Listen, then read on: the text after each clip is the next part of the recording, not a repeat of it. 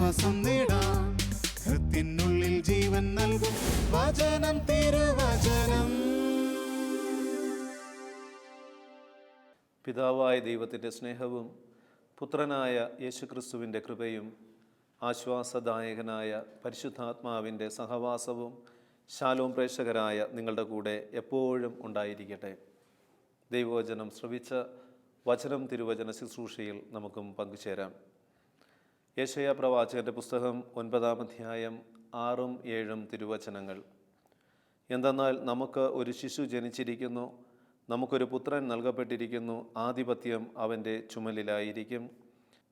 വിസ്മയനീയനായ ഉപദേഷ്ടാവ്, ശക്തനായ ദൈവം, നിത്യനായ പിതാവ്, സമാധാനത്തിൻ്റെ രാജാവ് എന്ന് അവൻ വിളിക്കപ്പെടും. ദാവീദിൻ്റെ സിംഹാസനത്തിലും അവൻ്റെ രാജ്യത്തിലും അവൻ്റെ ആധിപത്യം നിസീമമാണ്.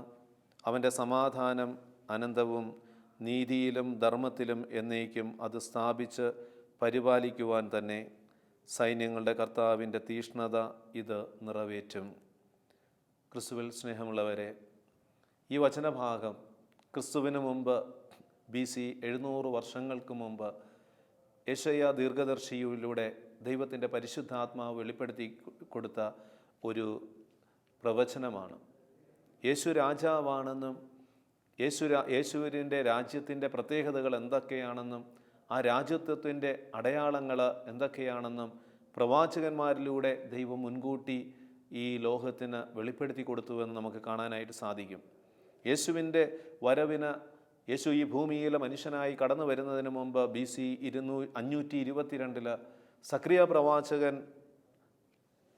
പറയുന്നുണ്ട്.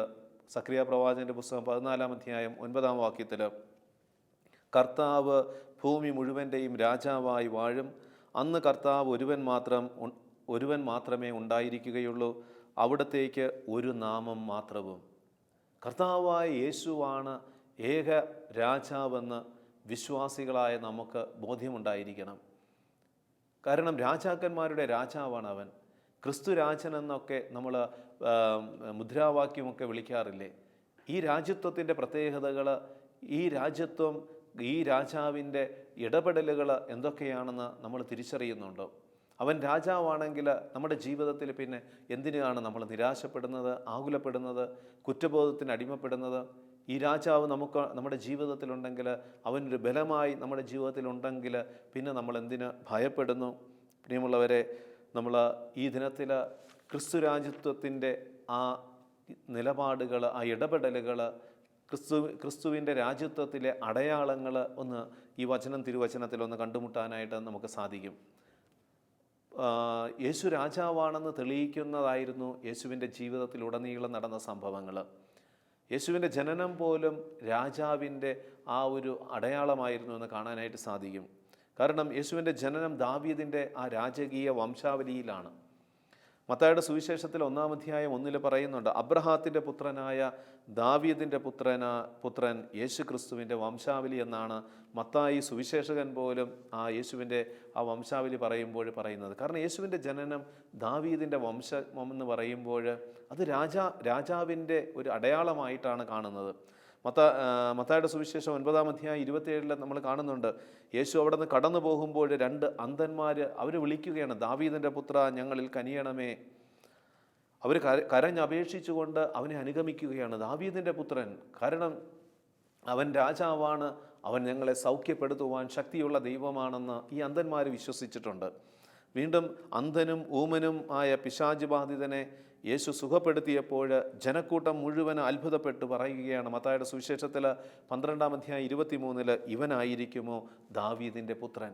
കാരണം രക്ഷകൻ, രാജാവ് ദാവീദിൻ്റെ വംശാവലിയിൽ നിന്ന് വരുമെന്ന് അത് പ്രവചനമാണ്. ദൈവം നൂറ്റാണ്ടുകൾക്ക് മുമ്പ് പ്രവചിച്ച ആ പ്രവചനം യേശുവിൽ പൂർത്തീകരിക്കപ്പെടുകയാണ്. ലൂക്കായുടെ സുവിശേഷത്തിലെ 2-ാം അധ്യായം 4 കാണുകയാണ്, ജോസഫ് ദാവീദിൻ്റെ കുടുംബത്തിലും വംശത്തിലും പെട്ടവനായിരുന്നു. അപ്പോൾ യേശുവിൻ്റെ ജനനം രാജാവിൻ്റെ യേശു രാജാവാണെന്ന് തെളിയിക്കുന്നതാണെന്ന് നമ്മൾ തിരിച്ചറിയണം. യേശുവിനെ രാജാവായി കരുതിയവർ യേശുവിൻ്റെ പരസ്യ ജീവിതത്തിൽ നമ്മൾ കാണുന്നുണ്ട്. യേശുവിനെ രാജാവായി പലരും കരുതിയിട്ടുണ്ട്. യോഹന്നാൻ്റെ സുവിശേഷത്തിലെ 1-ാം അധ്യായം 49 ഫിലിപ്പോസ് നത്താനിയേലിനെ അടുത്ത് കൊണ്ടുവരുമ്പോൾ നത്താനിയലിനെ കുറിച്ച് ഈശോ നോക്കിക്കൊണ്ട് ഇതാ നിഷ്കപടനായ ഒരു യഥാർത്ഥ ഇസ്രായേൽക്കാരൻ എന്ന് പറയുമ്പോൾ പെട്ടെന്ന് നത്താനിയേൽ പ്രതികരിക്കുകയാണ്, റബ്ബി, അങ്ങ് ദൈവപുത്രനാണ്, ഇസ്രായേലിൻ്റെ രാജാവാണ്. അപ്പോൾ യേശുവിൻ്റെ പരസ്യ ജീവിത നാളുകളിൽ അനേകർ യേശു രാജാവാണെന്ന് അവർ പറയുന്നുണ്ട്. പരിശുദ്ധാത്മാവിൻ്റെ ഇടപെടലിലൂടെ അവർ ഈ ലോകത്തോട് വെളിപ്പെടുത്തുന്നുണ്ട്. മത്തായിയുടെ സുവിശേഷത്തിൽ 2-ാം അധ്യായം 1-2 വചനങ്ങളിൽ നമുക്ക് കാണുന്നുണ്ട്. ഹെറോദേസ് രാജാവിൻ്റെ കാലത്ത് യൂദയായിലെ ബെത്ലഹേമിൽ യേശു ജനിച്ചപ്പോൾ പൗരസ്ത്യ ദേശത്തിലുള്ള ജ്ഞാനികൾ ജെറുസലേമിൽ എത്തി. അവരന്വേഷിക്കുന്നത് എന്താണ്? എവിടെയാണ് യഹൂദരുടെ രാജാവായി ജനിച്ചവൻ? ഞങ്ങൾ കിഴക്ക് അവൻ്റെ നക്ഷത്രം കണ്ട് അവനെ ആരാധിക്കുവാൻ വന്നിരിക്കുകയാണ്. അപ്പോൾ യേശുവിൻ്റെ ആ കാലഘട്ടത്തിൽ തന്നെ യേശുവിനെ രാജാവായി അംഗീകരിക്കുന്ന അടയാളങ്ങൾ കാണാൻ സാധിക്കും. യേശുവിൻ്റെ പരസ്യ ജീവിത കാലഘട്ടത്തിൽ യോഹന്നാൻ്റെ സുവിശേഷം 6-ാം അധ്യായത്തിൽ നമ്മൾ കാണുന്നുണ്ട് യേശു 5 അപ്പവും വർദ്ധിപ്പിക്കുന്നതായിട്ട്. ഈ 5 അപ്പം വർദ്ധിപ്പിച്ചു കഴിഞ്ഞ ഉടനെ തന്നെ ജനക്കൂട്ടം മുഴുവനും, കാരണം ഈ അത്ഭുതം കണ്ടു കഴിയുമ്പോൾ ഇവനാണ് രാജാവെന്ന് പറഞ്ഞുകൊണ്ട് യേശുവിനെ രാജാവാക്കാനായിട്ട് അവർ നിർബന്ധിക്കാൻ ശ്രമിക്കുമ്പോൾ യേശു അവിടുന്ന് കടന്നു പോവുകയാണ്. യോഹന്നാൻ്റെ സുവിശേഷം 6-ാം അധ്യായം 15 അവർ വന്ന് തന്നെ രാജാവാക്കുവാൻ വേണ്ടി ബലമായി പിടിച്ചുകൊണ്ടു പോകുവാൻ ഭാവിക്കുന്നു എന്ന് മനസ്സിലാക്കി യേശു വീണ്ടും തനിയെ മലമുകളിൽ പിൻവാങ്ങി. വീണ്ടും നമ്മൾ കാണുന്നുണ്ട് യേശുവിൻ്റെ ഭൂമിയിലെ രാജ്യത്വം, യേശു യഥാർത്ഥത്തിൽ ഭൂമിയിലെ രാജ്യത്വം നിഷേധിക്കുകയാണ്. കാരണം യേശു രാജാവാണ്, പക്ഷേ ഈ ഭൂമിയിലെ രാജ്യത്വമല്ല. ഭൂമിയിലുള്ള രാജാക്കന്മാരെ പോലെയുള്ള ഒരു രാജഭരണവും ഒരു രാജാവുമല്ല യേശുവെന്ന് യേശു തന്നെ നിഷേധിച്ചുകൊണ്ട് പറയുകയാണ്. ഈശോ പീലാത്തോസിൻ്റെ മുമ്പിൽ നിൽക്കുമ്പോൾ ആ വിചാരണ സമയത്ത് യേശു വളരെ വ്യക്തമായിട്ട് പറയുന്നുണ്ട്. യോഹന്നാൻ്റെ സുവിശേഷം 18-ാം അധ്യായം 36 യേശു പറഞ്ഞു, എൻ്റെ രാജ്യം ഐഹികമല്ല. ആയിരുന്നുവെങ്കിൽ ഞാൻ യഹൂദർ കേൾപ്പിക്കപ്പെടാതിരിക്കുവാൻ എൻ്റെ സേവകർ പോരാടുമായിരുന്നു, എന്നാൽ എൻ്റെ രാജ്യം ഐഹികമല്ല. യേശു അസന്നിഗ്ധമായിട്ട് പ്രഖ്യാപിക്കുകയാണ്, ഞാൻ രാജാവാണ്, എന്നാൽ എൻ്റെ രാജ്യം ഈ ഭൂമിയിലുള്ളതല്ല.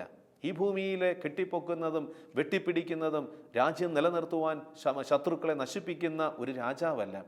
സകലരെയും രക്ഷിക്കുന്ന ആത്മാവിൻ്റെ ലക്ഷ്യം വെച്ചുകൊണ്ട് സകലരെയും രക്ഷിക്കുന്ന രാജാവാണ് യേശുവെന്ന് താൻ വളരെ വ്യക്തമായിട്ട് പ്രഖ്യാപിക്കുകയാണ്. വീണ്ടും നമ്മൾ കാണുന്നുണ്ട് ജെറുസലേം പ്രവേശനം. യേശുവിൻ്റെ പരസ്യ ജീവിത കാലഘട്ടത്തിൽ യേശു ജെറുസലേമിൽ പ്രവേശിക്കുന്നത് പോലും രാജാവിൻ്റെ അടയാളമായിട്ട് മാറുകയാണ്. കാരണം പ്രവചനം പൂർത്തീകരിക്കുകയാണ് അവിടെ. സക്രിയ പ്രവാചകൻ്റെ പുസ്തകത്തിൽ 9-ാം അധ്യായം 9 പ്രവാചകനിലൂടെ പറഞ്ഞ കാര്യം യേശുവിലൂടെ അവിടെ പൂർത്തീകരിക്കപ്പെടുന്നു. അവൻ രാജാവാണെന്ന് തെളിയിക്കുകയാണ്. സിയോൻ പുത്രി അതിയായി ആനന്ദിക്കുക, ജെറുസലേം പുത്രി ആർപ്പ് വിളിക്കുക, ഇതാ നിന്റെ രാജാവ് നിന്റെ അടുക്കലേക്ക് വരുന്നു, അവൻ പ്രതാപവാനും ജയശാലിയുമാണ്, അവൻ വിനയാന്യുതനായി കഴുതക്കുട്ടിയുടെ പുറത്ത് കയറി വരുന്നു. പ്രിയമുള്ളവരെ, സക്രിയ പ്രവാചകൻ നൂറ്റാണ്ടുകൾക്ക് മുമ്പ് പ്രവചിച്ച പ്രവചനം യേശുവിൻ്റെ ജെറുസലേം പ്രവേശനത്തിലൂടെ പൂർത്തീകരിക്കപ്പെടുമ്പോൾ അവിടെ വിളിച്ചു പറയുന്ന ഒരു സത്യം എന്താണ്? യേശു രാജാവാണ്. യേശു രാജാവാണ്. മത്തായിയുടെ സുവിശേഷം 21-ാം അധ്യായത്തിലും ഈ സംഭവം നമ്മൾ കാണുന്നുണ്ട്. യോഹന്നാൻ്റെ സുവിശേഷം 12-ാം അധ്യായത്തിലും ഈ ജെറുസലേമിലെ പ്രവേശനത്തിൽ അവൻ രാജാവാണെന്ന് അവിടെ വിളിച്ചു പറയുകയാണ്. വീണ്ടും നമ്മൾ കാണുന്നുണ്ട് യേശുവിൻ്റെ വിചാരണ വേളയിൽ അവിടുത്തെ രാജ്യത്വമാണ് ഒരു കുറ്റാരോപണമായിട്ട് പ്രമാണിമാരും യഹൂദരുമൊക്കെ ഉന്നയിച്ചത്. അവൻ രാജാവാണെന്ന് പറഞ്ഞുകൊണ്ടാണ് ഈശോയെ വിചാരണ ചെയ്യുന്നത്. മത്തായിയുടെ സുവിശേഷത്തിൽ 27-ാം അധ്യായം 11 ദേശാധിപതിയുടെ മുമ്പിൽ നിന്ന് ദേശാധിപതി ചോദിച്ചു, നീ യഹൂദരുടെ രാജാവാണോ? കാരണം യേശുവിൻ്റെ വിചാരണ സമയത്തും അവർ ചോദിക്കുന്ന ചോദ്യം യേശു രാജാവാണോ എന്നാണ്. മാർക്കോസിൻ്റെ സുവിശേഷം 15-ാം അധ്യായം 2 പീലാത്തോസ് അവനോട് ചോദിച്ചു, നീ യഹൂദരുടെ രാജാവാണോ? ലൂക്കായുടെ സുവിശേഷം 23-ാം അധ്യായം 3 അതുപോലെ യോഹന്നാൻ്റെ സുവിശേഷം 18-ാം അധ്യായം 33 കാരണം ഈ സുവിശേഷകന്മാരെല്ലാം വളരെ വ്യക്തമായിട്ട് യേശുവിൻ്റെ വിചാരണ സമയത്ത് യേശുവിനെ കുറ്റം ആരോപിക്കുന്നത് അവൻ രാജാവായതുകൊണ്ട്, രാജാവെന്ന് പറഞ്ഞതുകൊണ്ടെന്നാണ് അവിടെ കാണാൻ സാധിക്കും. പീലാത്തോസ് പ്രത്തോറിയത്തിൽ പ്രവേശിച്ച് യേശുവിനെ വിളിച്ച് അവനോട് ചോദിച്ചു, നീ യഹൂദരുടെ രാജാവാണോ? പ്രിയമുള്ളവരെ, ഈ ചോദ്യം തന്നെ പരോക്ഷമായിട്ട് വെളിപ്പെടുത്തുകയാണ് യേശു രാജാവാണ്, യേശു ക്രിസ്തു രാജാവാണ് എന്നുള്ള തിരിച്ചറിവ് നമുക്കുണ്ടാകണം. വീണ്ടും നമ്മൾ കാണുന്നുണ്ട് യേശു ആത്മീയ രാജാവാണ്. ഭൗതിക രാജ്യമല്ല യേശു വ്യക്തമാക്കുന്നത്. ആത്മീയ രാജാവാണെന്ന്. യോഹന്നാൻ്റെ സുവിശേഷത്തിൽ 18-ാം അധ്യായം 36-37 വചനങ്ങളിൽ യേശു വളരെ വ്യക്തമായിട്ട് വെളിപ്പെടുത്തി കൊടുക്കുകയാണ്, എൻ്റെ രാജ്യം ഐഹികമല്ല. ഐഹികമായിരുന്നുവെങ്കിൽ ഞാൻ യഹൂദർ കേൾപ്പിക്കപ്പെടാതിരിക്കുവാൻ എൻ്റെ സേവകർ പോരാടുമായിരുന്നു. എൻ്റെ രാജ്യം ഐഹികമല്ല, കാരണം ഞാൻ രാജാവാണെന്ന് യേശു വളരെ വ്യക്തമായിട്ട് ആധികാരികമായിട്ട് വെളിപ്പെടുത്തുകയാണ്. അതോടൊപ്പം തന്നെ യഹൂദന്മാർ, മാർക്കോസിൻ്റെ സുവിശേഷം 15-ാം അധ്യായം 9 അവൻ പറഞ്ഞു, യഹൂദരുടെ രാജാവിനെ മോചിപ്പിച്ചു തരണമെന്നാണോ നിങ്ങൾ ആഗ്രഹിക്കുന്നത്? പീലാത്തോസ് യഹൂദരോട് ചോദിക്കുകയാണ്, യഹൂദരുടെ രാജാവിനെ മോചിപ്പിക്കണമെന്നാണ് നിങ്ങൾ ആഗ്രഹിക്കുന്നത്? ആ ജനപ്രമാണികളും ജനങ്ങളും എല്ലാം പറയുന്നത് എന്താണ്? അവനെ കൊണ്ട് ക്രൂശിക്കുക, രാജാവിനെ കൊണ്ട് ക്രൂശിക്കുക. യോഹന്നാൻ്റെ സുവിശേഷം 15-ാം അധ്യായം 12 അപ്പോൾ മുതൽ പീലാത്തോസ് അവനെ വിട്ടയക്കുവാൻ ശ്രമിച്ചു. എന്നാൽ യഹൂദർ വിളിച്ചു പറഞ്ഞു, ഇവനെ മോചിപ്പിക്കുന്ന പക്ഷം നീ സീസറിൻ്റെ സ്നേഹിതനല്ല, തന്നെ രാജാവാക്കുന്ന ഏവനും സീസറിൻ്റെ വിരോധിയാണ്. മാർക്കോസിൻ്റെ സുവിശേഷം 15-ാം അധ്യായം 12-13 പീലാത്തോസ് വീണ്ടും അവരോട് ചോദിക്കുകയാണ്, യഹൂദരുടെ രാജാവെന്ന് നിങ്ങൾ വിളിക്കുന്നവനെ ഞാൻ എന്തു ചെയ്യണം? അവർ വിളിച്ചു പറഞ്ഞു, അവനെ ക്രൂശിക്കുക. പ്രിയമുള്ളവരെ, യേശുവിൻ്റെ ആ പീഡാസഹന സമയങ്ങളിലും യേശു രാജാവാണെന്ന് വെളിപ്പെടുത്തുകയാണ് പരോക്ഷമായിട്ട്. കാരണം എന്താണ്? പടയാളികൾ മറ്റുള്ളവരെല്ലാം ചേർന്ന് ഈശോയുടെ ശിരസിൽ മുൾക്കിരീടം കൊണ്ട് അണിയിച്ച്, അതുപോലെ തന്നെ ചെങ്കോല് കയ്യിൽ കൊടുത്തുകൊണ്ട് അവനെ ചുമന്ന വസ്ത്രം അണിയിപ്പിച്ച് രാജാവേ സ്വസ്തി എന്ന് പറഞ്ഞ് അവൻ്റെ മുഖത്തടിക്കുകയും തുപ്പുകയും ചെയ്യുമ്പോൾ യേശു രാജാവാണെന്ന് പരോക്ഷമായിട്ട് അവർ തന്നെ, ശത്രുക്കൾ പോലും അവർ വെളിപ്പെടുത്തുകയാണ്. മത്തായിയുടെ സുവിശേഷം 27-ാം അധ്യായം 29 നമ്മൾ കാണുന്നുണ്ട്, ഒരു മുൾക്കിരീടം കൊണ്ട് മെനഞ്ഞ് അവൻ്റെ ശിരസിൽ വെച്ചു, വലത് കൈയിൽ ഒരു ഞാങ്ങണ കൊടുത്തു, അവൻ്റെ മുമ്പിൽ മുട്ടുകുത്തിക്കൊണ്ട് യഹൂദരുടെ രാജാവേ സ്വസ്തി എന്ന് പറഞ്ഞ് അവർ അവനെ പരിഹസിക്കുകയും അവൻ്റെ മേൽ തുപ്പുകയും ചെയ്തു. വീണ്ടും നമ്മൾ കാണുന്നുണ്ട്, പീലാത്തോസ് കുരിശിൻ്റെ ആ ഈശോയെ കുരിശിൽ തറച്ച ആ കുരിശിൽ എഴുതി വയ്ക്കുന്നത് പോലും ഇവൻ യഹൂദരുടെ രാജാവെന്നാണ്. 19-ാം അധ്യായത്തിൽ 19 മുതൽ 20 വചനങ്ങളിൽ, യോഹന്നാൻ്റെ സുവിശേഷത്തിൽ 19-ാം അധ്യായത്തിൽ നമ്മൾ കാണുന്നുണ്ട്, പീലാത്തോസ് ഒരു ശീർഷകം എഴുതി കുരിശിന് മുകളിൽ വെച്ചു. അതിങ്ങനെയായിരുന്നു, നസ്രായനായ യേശു യഹൂദരുടെ രാജാവ്. ഹെബ്രായ ഭാഷയിലും ലത്തീൻ ഭാഷയിലും ഗ്രീക്ക് ഭാഷയിലും ലോകത്തിൽ പ്രബലപ്പെട്ട ആ ഭാഷകളിൽ അത് വളരെ വ്യക്തമായിട്ട് എഴുതിയിരിക്കുകയാണ്, യഹൂദരുടെ രാജാവ്. എന്നാൽ നിയമജ്ഞരും പ്രമാണിമാരും വന്നിട്ട് പീലാത്തോസിനോട് പറയുകയാണ്, അങ്ങനെയല്ല എഴുതേണ്ടത്, ഞാൻ യഹൂദരുടെ രാജാവാണെന്ന് അവൻ പറഞ്ഞു എന്ന് എഴുതണമെന്ന്. പക്ഷേ പീലാത്തോസ് പറയുന്നത് എന്താണ്? ഞാൻ എഴുതിയത് തന്നെ, കാരണം അവൻ രാജാവാണ്, ക്രിസ്തു രാജാവാണ്. ഈ ക്രിസ്തു രാജ്യത്വത്തിൻ്റെ തിരുനാളുകൾ നമ്മൾ പല ആവർത്തി ആഘോഷിക്കാറുണ്ട്. യേശുവിൻ്റെ രാജ്യത്വത്തിൻ്റെ തിരുനാൾ ആഘോഷിക്കുമ്പോൾ യേശു വിഭാവന ചെയ്ത ഒരു ആത്മീയത നമ്മുടെ ജീവിതത്തിലുണ്ട്. യേശു ആഗ്രഹിക്കുന്നത് നമ്മുടെ ഹൃദയങ്ങളിൽ, നമ്മുടെ ജീവിതങ്ങളിൽ അവർ രാജാവായി വാഴണമെന്നാണ് യേശു ആഗ്രഹിക്കുന്നത്. അതുകൊണ്ടാണ് യേശു പറഞ്ഞത്, എൻ്റെ രാജ്യം ഐഹികമല്ല. കാരണം എൻ്റെ രാജ്യം ഐഹികമല്ല, കാരണം ഈ ലോകത്തിലുള്ള ഒരു രാജാവല്ല, മനുഷ്യ ഹൃദയങ്ങളിൽ രാജാവായി വസിച്ച് അവരുടെ ആത്മാക്കളെ രക്ഷിച്ച് നിത്യതയിലേക്ക് കൊണ്ടുപോകുന്ന മരണമില്ലാത്ത രാജാവാണ് യേശു രാജാവ്. മറ്റു രാജാക്കന്മാരൊക്കെ മരണത്തിൽ അവസാനിക്കുമ്പോൾ, അവരുടെ ജീവിതങ്ങൾ മരണത്തോടുകൂടി അവരുടെ ജീവിതങ്ങൾ അവസാനിക്കുമ്പോൾ, ക്രിസ്തു രാജാവ് മരണത്തിലൂടെ ഉയർപ്പിലേക്ക് എത്തുകയാണ്. ഈ രാജ്യത്വത്തിന് അവസാനമില്ല, ഈ രാജാവിന് മരണമില്ല. അവനിൽ വിശ്വസിക്കുന്നവരുടെ ജീവിതത്തിനും മരണമുണ്ടാവുകയില്ലെന്ന് ഈശോ വെളിപ്പെടുത്തുകയാണ്. ഈശോയുടെ ജീവിതത്തിലെ അടയാളങ്ങൾ, അത്ഭുതങ്ങൾ അവൻ്റെ രാജ്യത്വത്തെയല്ലേ പ്രകീർത്തിക്കുന്നത്? കടലിനെ ശാന്തമാക്കുമ്പോൾ, മരിച്ചവരെ ഉയർപ്പിക്കുമ്പോൾ, രോഗികളെ സൗഖ്യപ്പെടുത്തുമ്പോൾ, അന്ധന് കാഴ്ച കൊടുക്കുമ്പോൾ, മറ്റുള്ളവരുടെ സമാധാനം ഇല്ലാത്ത ജീവിതങ്ങളിൽ ആശ്വാസവും സമാധാനവും കൊടുക്കുമ്പോൾ യേശു രാജാവാണെന്ന് വെളിപ്പെടുത്തുകയാണ്. അപ്പോൾ ഈ കാലഘട്ടത്തിൽ ഞാനും നിങ്ങളും ജീവിക്കുമ്പോൾ യേശുവിനെ രാജാവായി നമ്മുടെ ഹൃദയങ്ങളിൽ സ്വീകരിക്കുവാനായിട്ട്, നമ്മുടെ ഹൃദയങ്ങളിൽ അവനെ പൂജിക്കുവാനായിട്ട് നമുക്ക് കഴിയുന്നുണ്ടോ? അവൻ്റെ സ്ഥാനത്ത്, ഹൃദയത്തിൽ യേശു രാജാവായി വാഴേണ്ട സ്ഥാനത്ത് ഹൃദയത്തിൽ മറ്റു പലതുമാണോ നമ്മൾ ഇന്ന് രാജാവായി കൊണ്ടു നടക്കുന്നത് എങ്കിൽ അത് തിരുത്തുവാനായിട്ട് ദൈവം നമ്മളോട് ആവശ്യപ്പെടുകയാണ്. ദാനിയേൽ പ്രവാചകന്റെ പുസ്തകത്തിൽ 7-ാം അധ്യായം 14 നമ്മൾ കാണുന്നുണ്ട്, എല്ലാ ജനതകളും ജനപദങ്ങളും ഭാഷക്കാരും അവനെ സേവിക്കേണ്ടതിന് ആധിപത്യവും മഹത്വവും രാജ്യത്വവും അവന് നൽകി. അവൻ്റെ ആധിപത്യം ശാശ്വതമാണ്, ഒരിക്കലും ഇല്ലാതാവുകയില്ല. അവൻ്റെ രാജ്യത്വം അനശ്വരമാണ്.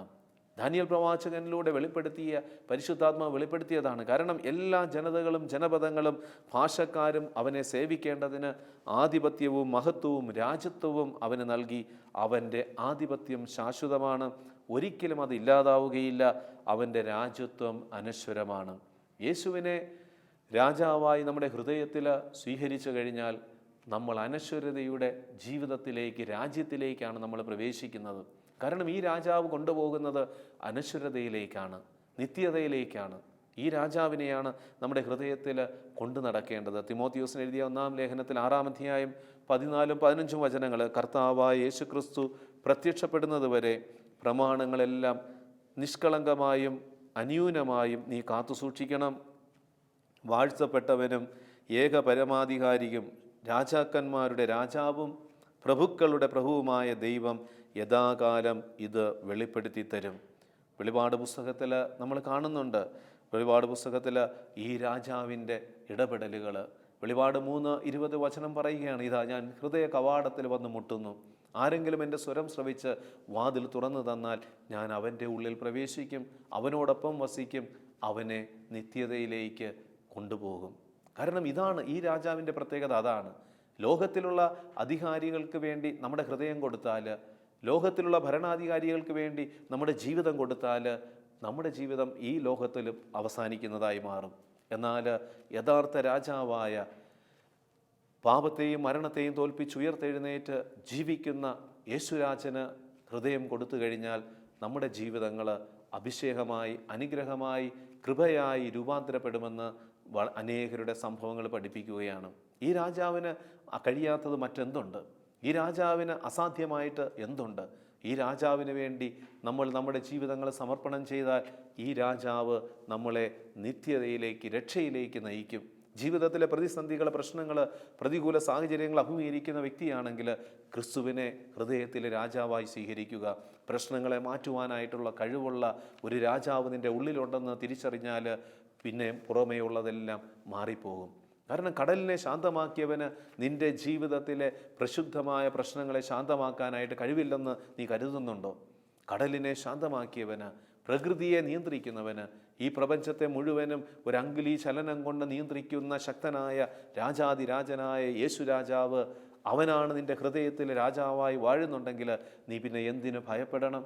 ലോകത്തിലെ ആരെയും ഭയപ്പെടാതെ നിർഭയത്തോടെ ജീവിക്കണമെങ്കിൽ ഈ രാജാവിന് ഹൃദയം തുറന്നു കൊടുക്കണം. ഇന്ന് അനേകർ ഭയത്തിനടിമപ്പെട്ട് ജീവിക്കുന്നു.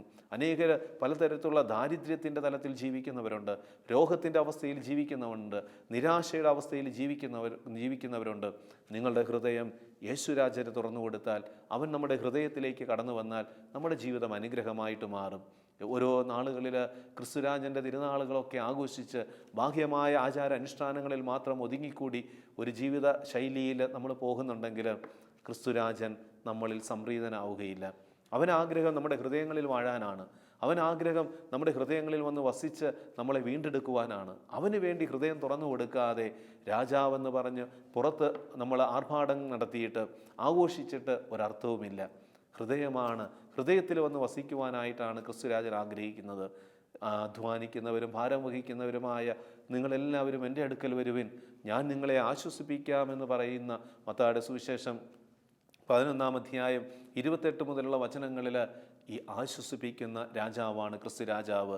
യെശയ്യാ പ്രവാചകന്റെ പുസ്തകത്തിൽ തിരുവചനത്തിലൂടെ നമ്മൾ കണ്ടു ഈ രാജാവ് എപ്രകാരമാണ് ഇടപെടുന്നത്. ഈ രാജാവിൻ്റെ പ്രത്യേകതകൾ എന്താണ്? കാരണം വിസ്മയനീയനായ ഉപദേഷ്ടാവ്, ശക്തനായ ദൈവം, നിത്യനായ പിതാവ്, സമാധാനത്തിൻ്റെ രാജാവ് എന്നവൻ വിളിക്കപ്പെടും. ദാവീദിൻ്റെ സിംഹാസനത്തിലും അവൻ്റെ രാജ്യത്തിലും അവൻ്റെ ആധിപത്യം നിസീമമാണ്. അവൻ്റെ സമാധാനം അനന്തവും നീതിയിലും ധർമ്മത്തിലും എന്നേക്കും അത് സ്ഥാപിച്ചു പരിപാലിക്കുവാൻ തന്നെ സൈന്യങ്ങളുടെ കർത്താവിൻ്റെ തീഷ്ണത ഇത് നിറവേറ്റും. അനുദിന ജീവിതത്തിൽ ക്രിസ്തുരാജനായി നമ്മുടെ ഹൃദയം തുറന്നു കൊടുത്താൽ അവൻ വിസ്മയമായ രീതിയിൽ നമ്മുടെ ജീവിതങ്ങളെ നയിക്കും. വിസ്മയമായ രീതിയിൽ നമ്മുടെ ജീവിതങ്ങളെ അഭിഷേകമാക്കും. ഇസ്രായേൽ ജനത്തിൻ്റെ ജീവിതത്തിൽ നമ്മൾ കാണണം, അവരെ ദൈവം നയിക്കുകയായിരുന്നു. പുറപ്പാട് പുസ്തകത്തിൽ നമ്മൾ കാണുന്നുണ്ട്, മോശയിലൂടെ അവരെ വിമോചിപ്പിച്ച് വിമോചകനായ രാജാവായ ദൈവം ഇവരെ നയിച്ചുകൊണ്ടിരിക്കുകയാണ്. മറ്റ് മതവിഭാഗങ്ങളിൽ മറ്റ് രാജ്യങ്ങളിൽ അവരുടെ രാജ്യത്തെ നയിക്കുവാൻ ഭൗമിക രാജാക്കന്മാർ അവരെ നയിക്കുമ്പോൾ ഇസ്രായേലിനെ നയിച്ചത് യഹോവയായ രാജാവ്, ദൈവം തന്നെയായ രാജാവായിരുന്നു. എന്നാൽ ഇസ്രായേൽ ജനം ഒരു വേള അത് അതിനനുസരിച്ച് ജീവിക്കാതെ അവർ ഭൗമികമായ ഒരു രാജാവിന് വേണ്ടി മുറവിളി കൂട്ടുമ്പോൾ സാമൂവേൽ പ്രവാചകൻ അവരോട് പറയുന്നുണ്ട്, കാരണം നിങ്ങൾ ഈ ഭൂമിയിലെ രാജാക്കന്മാർക്ക് വേണ്ടി നിങ്ങൾ നിലവിളി കൂട്ടിയാൽ അവിടെ അനുഗ്രഹമുണ്ടാവുകയില്ല, അത് നിങ്ങളുടെ ജീവിതത്തിൽ തടസ്സങ്ങളുണ്ടാകും. ഭൗമിക രാജാക്കന്മാർക്കല്ല നിങ്ങളുടെ ഹൃദയം കൊടുക്കേണ്ടത്, ദൈവത്തിന് നിങ്ങൾ ഹൃദയം കൊടുക്കണം. പ്രിയമുള്ളവരെ, ജനം മറുതലിക്കുകയാണ്. മറ്റു മനുഷ്യരെ പോലെ ഞങ്ങൾക്കും ഒരു രാജാവ് വേണമെന്ന് മറുതലിക്കുന്നത് കൊണ്ട് ഈ ജനത്തിൻ്റെ ആ ഹൃദയകാഠിന്യത്തിൻ്റെ മുമ്പിൽ സാമൂവേൽ പ്രവാചകൻ ഒരു രാജാവിനെ, സാവൂളിനെ രാജാവായി അഭിഷേകം ചെയ്യുകയാണ്. എന്നാൽ സാവൂളിനെ രാജാവായി അഭിഷേകം ചെയ്യുന്നതിന് മുമ്പ് തന്നെ ദൈവം സാമൂവേൽ പ്രവാചകനോട് പറയുകയാണ്, ഇവർ എന്നെയാണ് തിരസ്കരിച്ചിരിക്കുന്നത്. മാനുഷികമായ ഒരു രാജാവിന് വേണ്ടി മുറവിളി കൂട്ടുമ്പോൾ യഥാർത്ഥ ദൈവത്തെ അവർ വിസ്മരിക്കുകയാണ്. പ്രിയമുള്ളവരെ, അതിനുശേഷം ഇസ്രായേൽ ജനത്തിൻ്റെ ജീവിതത്തിൽ സംഭവിച്ചത് എന്തൊക്കെയാണെന്ന് നമുക്കറിയാം. പല രാജാക്കന്മാർ ഓരോ കാലഘട്ടങ്ങളിൽ കടന്നു വന്നിട്ട് പിന്നെ അവർക്ക് അത് രാജാക്കന്മാർ മൂലം തന്നെ തകർച്ചകളും ദേശത്ത് തിന്മകളും കടന്നു വരുന്നത് കാണുന്നുണ്ട്. സോളമാൻ്റെ രാജാവിൻ്റെ കാലത്തിന് ശേഷം സോളമാൻ്റെ മക്കൾ ഈ രാജ്യം ഭരിക്കുന്ന സമയത്ത് രാജ്യം വിഘടിക്കുന്നത് നമ്മൾ കാണുന്നുണ്ട്. പിന്നെ പലതരത്തിലുള്ള വിഭാഗീയതയും പ്രശ്നങ്ങളുമായി അവർ അസ്വസ്ഥരായിട്ട് മാറുകയാണ്. തെരഞ്ഞെടുത്തത് ശരിയായ രാജാവിനെ അല്ല എന്ന് തിരിച്ചറിഞ്ഞ് ജനം നിലവിളിക്കുന്നത് ഇസ്രായേലിൻ്റെ ചരിത്രത്തിൽ കാണുന്നുണ്ട്. ആ നിലവിളിയുടെ രോധനത്തിന് ഉത്തരമായിട്ടാണ് സമയത്തിൻ്റെ പൂർത്തീകരണത്തിൽ അവസാനം യേശു തന്നെ സകല ജനത്തിൻ്റെയും രാജാവായി ഈ ഭൂമിയിലേക്ക് കടന്നു വന്നത്. ലോകത്തിലെ സകല ദേശത്തിനും വംശത്തിനും സകല ഭാഷകളിലും സകല വിശ്വാസങ്ങളിലും ജീവിക്കുന്നവർക്ക് വേണ്ടി അവൻ രാജാവായി ഈ ഭൂമിയിൽ കടന്നു വന്നു. പ്രവചനങ്ങളുടെ പൂർത്തീകരണമായി കടന്നു വന്ന യേശുവിനെ രക്ഷകനും നാഥനുമായി സ്വീകരിച്ച് ഹൃദയത്തിൽ അവൻ രാജാവാണെന്ന് വിശ്വസിച്ച് നമ്മൾ ജീവിക്കുകയാണെങ്കിൽ നമ്മുടെ ജീവിതം അനുഗ്രഹമായിട്ട് മാറും, ഐശ്വര്യമായിട്ട് മാറും. യേശുവിൻ്റെ ജീവിതം മുഴുവനും വെളിപ്പെടുത്തുന്ന ഒരു സത്യമുണ്ട്, അവൻ്റെ കീഴിലാണ് സകലതും. രാജാവെന്ന് പറയുമ്പോൾ എല്ലാ അധികാരവും അവൻ്റെ കീഴിലാണെന്ന് നമ്മൾ തിരിച്ചറിയണം. ഫിലിപ്പിയരുടെ ലേഖനത്തിൽ 2-ാം അധ്യായത്തിൽ നമ്മൾ കാണുന്നില്ലേ, അവൻ്റെ മുമ്പിൽ സകല മുട്ടുകളും മടക്കും. ഈ രാജാവിൻ്റെ മുമ്പിൽ മടങ്ങാത്ത ഒരു മുട്ടും ഉണ്ടാവുകയില്ല. ഒരുപക്ഷെ നിൻ്റെ ജീവിതത്തിൽ ഇന്ന് നീ അഭിമുഖീകരിക്കുന്ന രോഗത്തിൻ്റെ പ്രശ്നമാകാം. ക്രിസ്തുവിനെ ഹൃദയത്തിൽ രാജാവായി സ്വീകരിച്ചാൽ ആ രോഗം അവൻ്റെ മുമ്പിൽ മുട്ടുമടക്കും. നിൻ്റെ മുമ്പിൽ അവൻ പരാജയം സംഭവിക്കും. ഒരുപക്ഷെ സാമ്പത്തിക കടബാധ്യതയായിരിക്കാം നിൻ്റെ ജീവിതത്തിലെ ഏറ്റവും വലിയ പ്രശ്നം. ഇന്ന് ക്രിസ്തുരാജനെ നിൻ്റെ ഹൃദയത്തിൽ രാജാവായി സ്വീകരിക്കുകയാണെങ്കിൽ നിൻ്റെ സാമ്പത്തിക മേഖലകളിലെ തടസ്സങ്ങളെ, തകർച്ചകളെ ഈ രാജാവ് എടുത്തു മാറ്റും. കാരണം അവൻ്റെ മുമ്പിൽ മടങ്ങാത്തതായി ഒന്നുമില്ല. ഈ ദിനത്തിൽ ദൈവസന്നിധിയിൽ നമ്മളെ തന്നെ ഒന്ന് പൂർണ്ണമായിട്ട് സമർപ്പിക്കാം. രാജാതിരാജനായ ക്രിസ്തുരാജൻ്റെ തിരുനാളുകൾ ബാഹ്യമായിട്ട് നമ്മളൊക്കെ ആഘോഷിക്കാറുണ്ട്. എന്നാൽ ഹൃദയത്തിൽ അവന് സ്ഥാനം കൊടുത്തുകൊണ്ട് എൻ്റെ ഈശോയെ, എൻ്റെ രാജാവെ, നീ എൻ്റെ ഹൃദയത്തിൽ വാഴണമേ എന്ന് പറഞ്ഞ് പ്രാർത്ഥിക്കുവാനും അവനോട് ചേർന്ന് ജീവിക്കുവാനും നമ്മൾ തയ്യാറായാൽ അതാണ് നമ്മുടെ ജീവിതത്തിന് അനുഗ്രഹം. അവൻ രാജാവാണ്. അവനല്ലാതെ മറ്റൊന്നും നമ്മുടെ ജീവിതത്തിൽ രാജാവായി കൊണ്ടു നടക്കരുത്. കാരണം ഈ രാജാവിന് വേണ്ടി, ഈ രാജാവിൻ്റെ മുമ്പിൽ മാത്രമായിരിക്കണം നമ്മൾ മുഖം കുനിക്കേണ്ടതും ആരാധിക്കേണ്ടതും. ഈ രാജാവിൻ്റെ മുമ്പിലായിരിക്കണം മുട്ടുകൾ മടങ്ങേണ്ടത്. അതല്ലാതെ ലോകത്തിലെ മറ്റ് തിന്മകളുടെ മുമ്പിലല്ല നമ്മൾ ശിരസ് നമിക്കേണ്ടതും മുട്ടുകൾ മടക്കേണ്ടതും. ഈ ദിനത്തിൽ കർത്താവിൻ്റെ സന്നിധിയിൽ നമ്മളെ തന്നെ ഒന്ന് സമർപ്പിച്ച് നമുക്ക് പ്രാർത്ഥിക്കാം. കാരുണ്യവാനായ കർത്താവേ, അവിടുന്ന് രാജാക്കന്മാരുടെ രാജാവാണല്ലോ. ഞങ്ങളുടെ ജീവിതത്തിലെ എല്ലാ പ്രശ്നങ്ങൾക്കും ഉത്തരം നൽകുവാനും പ്രശ്നങ്ങളെയും പ്രതിസന്ധികളെയും എടുത്തു മാറ്റി ജീവിതത്തിൽ സമാധാനവും സന്തോഷവും സുരക്ഷിതത്വവും നൽകുവാൻ കഴിയുന്ന ഏകരാജാവ് അവിടുന്ന് മാത്രമാണെന്ന് ഞങ്ങൾ വിശ്വസിക്കുന്നു. ദൈവമേ, ഈ ദിനത്തിൽ ഞങ്ങളുടെ ഹൃദയങ്ങളെ അവിടുത്തെ കരങ്ങളിലേക്ക് സമർപ്പിക്കുന്നു. ഞങ്ങളുടെ ഹൃദയത്തിൽ അവിടുന്ന് രാജാവായി വാഴണമേ. ഞങ്ങളുടെ ജീവിതത്തിൽ അവിടുന്ന് രാജാവായി വസിച്ച് ഞങ്ങളെ വഴി നടത്തണമേ. ജീവിതത്തിലെ പ്രതിസന്ധികളുടെ പ്രതികൂല സാഹചര്യങ്ങളിൽ നഷ്ടധൈര്യരായി ഞങ്ങൾ തളർന്നു വീഴാതിരിക്കുവാൻ, ഞങ്ങളുടെ ജീവിതത്തെ മുന്നോട്ട് നയിക്കുവാൻ രാജാതിരാജനായ ക്രിസ്തു രാജാവെ ഞങ്ങളുടെ ജീവിതത്തിൽ എന്നും നിലനിൽക്കണമേ. നിത്യം പിതാവും പുത്രനും പരിശുദ്ധാത്മാവുമായ സർവേശ്വര, ആമേൻ.